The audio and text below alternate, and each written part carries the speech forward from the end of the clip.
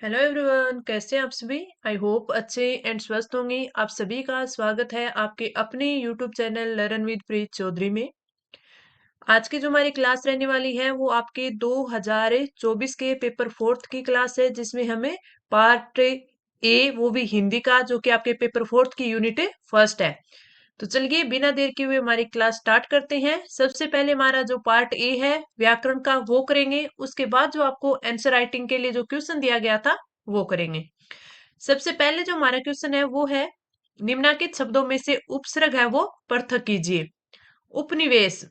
उपनिवेश में हमें जो उपसर्ग है वो अलग करना है, तो वो इसमें हमें डायरेक्ट ही दिख रहा है कि इसमें उप उपसर्ग है। उप प्लस निवेश उपनिवेश, तो उपसर्ग कौन सा हो गया? उप। अध्यात्म।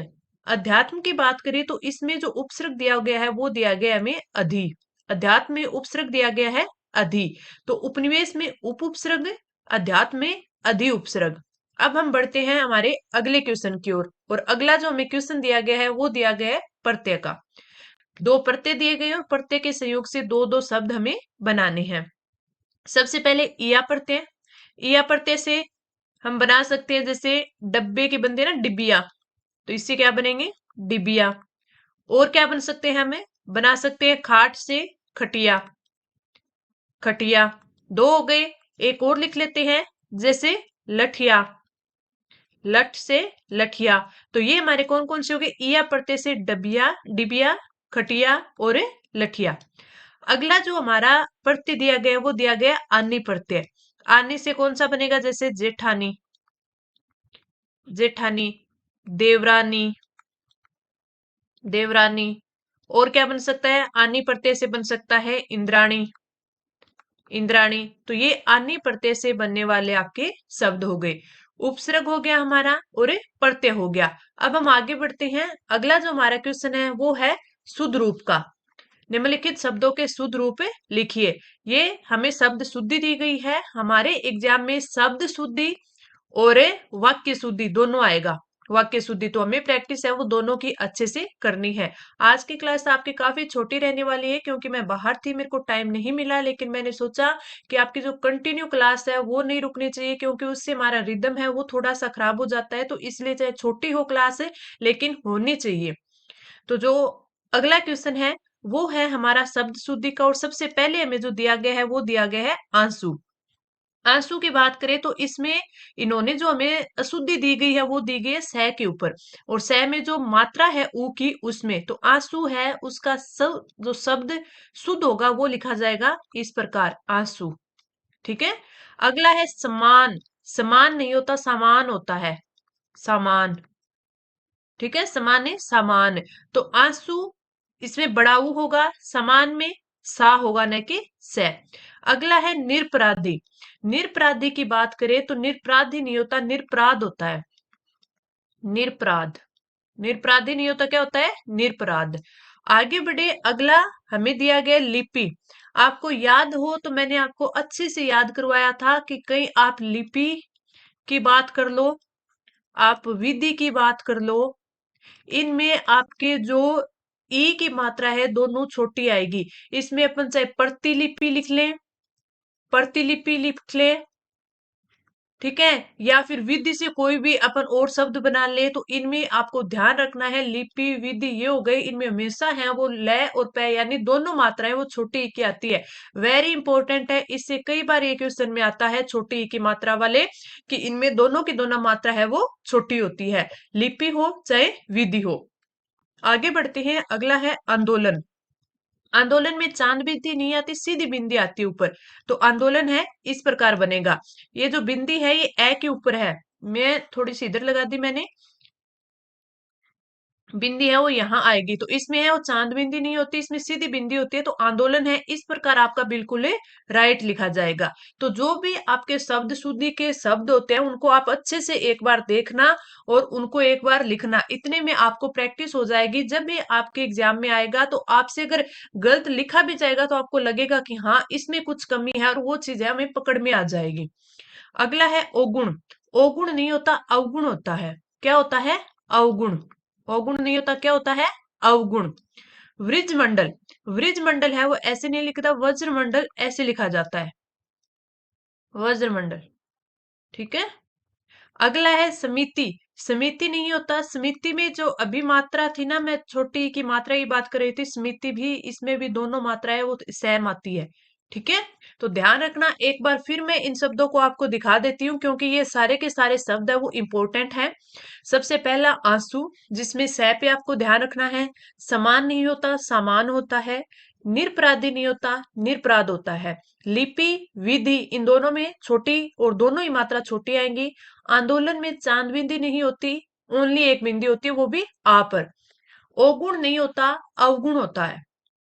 वृजमंडल नहीं होता, वज्रमंडल होता है। स्मृति के अंदर दोनों मात्राएं हैं वो छोटी आती हैं। तो ये आपका हो गया शब्द शुद्धि। अब आगे बढ़ते हैं वाक्य शुद्धि पर। दोनों ही आपके एग्जाम में आएंगे, शब्द और वाक्य। तो अगले की प्रैक्टिस करें हम। रेणु की छंद की दो लड़ियां प्रस्तुत है। रेणु की छंद की दो लड़ियां प्रस्तुत है। इसमें जो छंद होते हैं उसमें लड़ियां नहीं होती, उसमें कड़ियां होती है। तो जो आपकी लड़ियां दी गई है उस स्थान पर आप क्या लिखोगे? कड़ियां। कड़ियां। तो क्या बन जाएगा कि रेणु की छंद की दो कड़ियां प्रस्तुत है, ना कि लड़ियां। तो ये आपका फिर राइट हो जाएगा। सिर्फ आपके यहाँ पे आपको चेंज करना है कड़ियां। और वहां पर जब आपको वाक्य शुद्धि का शब्द, वो जो क्वेश्चन आता है वो पूरा का पूरा लिखना होता है। जैसे आप इसका आंसर नीचे लिखोगे, रेणु की छंद की दो कड़ियां प्रस्तुत है। ये नहीं कि आप, मैंने जैसे आपको ऐसे बताया कि इस जगह ये आपका अशुद्ध था तो ये शुद्ध हो गया, ऐसे नहीं लिखना, पूरा लिखना है आपको। कृषि यंत्र की उत्पत्ति से किसानों को लाभ हुआ है। कृषि यंत्र है तो इसकी उत्पत्ति नहीं हुई, इसकी क्या हुआ? इसका आविष्कार हुआ है। तो आप लिखोगे कृषि यंत्र के आविष्कार, आविष्कार से, आविष्कार से किसानों को, किसानों को लाभ हुआ, लाभ हुआ। तो ये कोई, ये कृत्रिम चीज है यानी बनाई हुई चीज है। इसकी ये नहीं है कि ये प्राकृतिक है जिसकी उत्पत्ति होती है, नहीं। ये कृत्रिम है यानी यंत्र है एक, तो इसका आविष्कार हुआ है, ना कि इसकी उत्पत्ति हुई है। तो आप उत्पत्ति नहीं लिखोगे, सिर्फ की उत्पत्ति की जगह आएगा के आविष्कार से। ठीक है। ये आपका नीचे वाला बिल्कुल शुद्ध वाक्य हो जाएगा। अगला हमें दिया गया है, साहित्य और जीवन का घोर संबंध है। साहित्य और जीवन का घोर संबंध नहीं होता, क्या होता है? घनिष्ठ संबंध होता है। तो साहित्य और जीवन का घनिष्ठ संबंध है, घनिष्ठ। ये क्या जाए? घनिष्ठ। और जब ये शब्द घनिष्ठ का जब आपका वाक्य शुद्धि में आता है तो आपको, जो सॉरी वाक्य नहीं, शब्द शुद्धि में आता है तो आपको ये घनिष्ठ दे दिया जाता है कि इसको शब्द शुद्ध आता है आपका, तो इसको शुद्ध शब्द लिखिए। तो घनिष्ठ होता है, उसमें ठह आता है, न कि टह। ये भी आप ध्यान रखना। तो साहित्य और जीवन का घोर घोर संबंध नहीं, साहित्य और जीवन का घनिष्ठ संबंध है। आगे बढ़ेंगे। अगला हमारा दिया हुआ है, प्रत्येक छात्रों का पारितोषिक मिलेगा। प्रत्येक छात्रों का पारितोषिक मिलेगा, ये नहीं होता, प्रत्येक छात्रों को पारितोषिक मिलेगा। का की जगह क्या आएगा? को आएगा, क्योंकि प्रत्येक छात्रों को यानी हर एक छात्र को पारितोषिक मिलेगा। तो यहाँ पे आ जाएगा, प्रत्येक छात्रों को पारितोषिक मिलेगा। अगला है, आपके घर आटा पीसने की चक्की है। अब आटा है उसे थोड़े ना पीसा जाएगा, तो आपके घर अनाज पीसने की, अनाज पीसने की चक्की है। तो आटा की जगह क्या आ जाएगा? अनाज आ जाएगा। तो आपके घर अनाज पीसने की चक्की है। आगे बढ़ते हैं। अगला हमें जो वाक्य दिया गया है वो दिया गया है, सूर्यमल मिश्रण ने वीर सतसई का निर्माण किया। अब ये कोई वस्तु थोड़ी है जिसका निर्माण कर दिया। तो इसकी क्या होगा कि सूर्यमल मिश्रण ने वीर सतसई की रचना की, वीर सतसई की रचना की, रचना की। आप लिखोगे सूर्यमल, पूरा ही लिख देती हूं मैं, सूर्यमल। और इसमें भी मिश्रण में भी आपका क्या लिखा जाएगा? मिश्रण। सूर्यमल मिश्रण ने वीर सतसई, वीर सतसई, फिर क्या आ जाएगा? वीर सतसई की रचना की रचना की, यहाँ पे आ जाएगा की रचना की। तो सीधी सी बात है कि मिश्रण है, यहाँ पे मिश्रण आ जाएगा। और निर्माण किया नहीं, रचना की। निर्माण की जगह क्या आ जाएगा?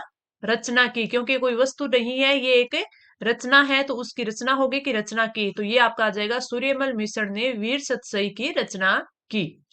अगला और लास्ट है इसमें, भाई परस्पर में सलाह करते हैं। अब भाई परस्पर में सलाह करते, ये नहीं होगा, भाई परस्पर सलाह करते, में है इसमें नहीं आएगा, ये एक्स्ट्रा में दिया हुआ है। तो सीधा लिखोगे भाई परस्पर सलाह करते हैं, भाई परस्पर सलाह करते हैं, करते हैं, ये आपका सही और शुद्ध वाक्य हो जाएगा। तो मैंने आपको सारे जो मैंने 7 वाक्य शुद्धि वाले किए हैं, इसमें सब में बताया कि क्या गलती है और किस प्रकार आपको लिखना है। अब हम आगे बढ़ते हैं और अगला क्वेश्चन है हमारा जो आंसर राइटिंग का मैंने कल आपको दिया था, और वो क्या थी, अधिसूचना एक तैयार करनी थी। मैंने कल आपको समझाया था कि जब भी आप अधिसूचना तैयार करते हो तो वो राज्यपाल महोदय की आज्ञा के अनुसार होती है। उसमें एक ये फिक्स होता है कि इसमें प्रतिलिपि है वो दी जाती है, यानी आपकी जो कॉपी है वो दी जाती है। तो इस चीज का भी आपको ध्यान रखना है। मैंने मोटा मोटा आपको उसका फॉर्मेट भी, प्रारूप भी बता दिया था कि किस प्रकार आप उसको लिखोगे। अब हम इसमें देखते हैं कि इसमें हमें किस प्रकार लिखना था, आपने किस प्रकार लिखा है। क्वेश्चन हमारा क्या था, एडिशनल चार्ज वाला था कि जिलाधीश सवाई माधोपुर को प्रति नियुक्ति पर भेजने पर जिलाधीश करौली को अतिरिक्त प्रभार सौंपे जाने पर अधिसूचना लिखिए। यानी भेजा किसको है, जिलाधीश सवाई माधोपुर को, और अतिरिक्त चार्ज यानी एडिशनल चार्ज किसको मिल रहा है, जिलाधीश करौली को मिल रहा है। तो हम सबसे पहले लिखेंगे राजस्थान सरकार। ये देखिए, सबसे पहले हमने लिखा राजस्थान सरकार। जो भी सूचना है वो जारी कौन करता है, मुख्य सचिव या शासन सचिव जारी करता है। तो लिखेंगे सामान्य प्रशासन विभाग। अधिसूचना हो गई, डेट लिख देंगे जयपुर 14 फरवरी 2023। यहाँ पे पत्र क्रमांक, ठीक है, इतने पत्र क्रमांक राज्य सरकार के आदेश अनुसार, यानी राज्य सरकार का ये पत्र आया था जिसमें हमें आदेश दिया गया था। ठीक है, तो ये पत्र क्रमांक इसलिए यहाँ पे लिखा है सामान्य प्रशासन विभाग का कि इनको पत्र आया था राज्य सरकार के आदेशानुसार जिलाधीश करौली को सवाई माधोपुर जिलाधीश का अतिरिक्त प्रभार सौंपा जाता है और यह आदेश तत्काल प्रभाव में आएगा। इसमें आप ये भी लाइन है वो ऐड कर सकते हो कि राज्य सरकार के आदेशानुसार जिलाधीश सवाई माधोपुर को प्रतिनियुक्ति पर भेजने पर उनकी जगह जिलाधीश करौली को सवाई माधोपुर जिलाधीश का अतिरिक्त प्रभार सौंपा जाता है और यह आदेश तत्काल प्रभाव में आएगा। जब ये अधिसूचना है तो फिर वही होगी, वो चीज ही होगी कि ये जो आदेश है वो तत्काल प्रभाव में आएगा। फिर हम लिखेंगे कि राज्यपाल महोदय लिख दे, या फिर सीधा लिखेंगे राज्यपाल की आज्ञा से। यहाँ पे उनके साइन हो जाएंगे, ये शासन सचिव हो गए।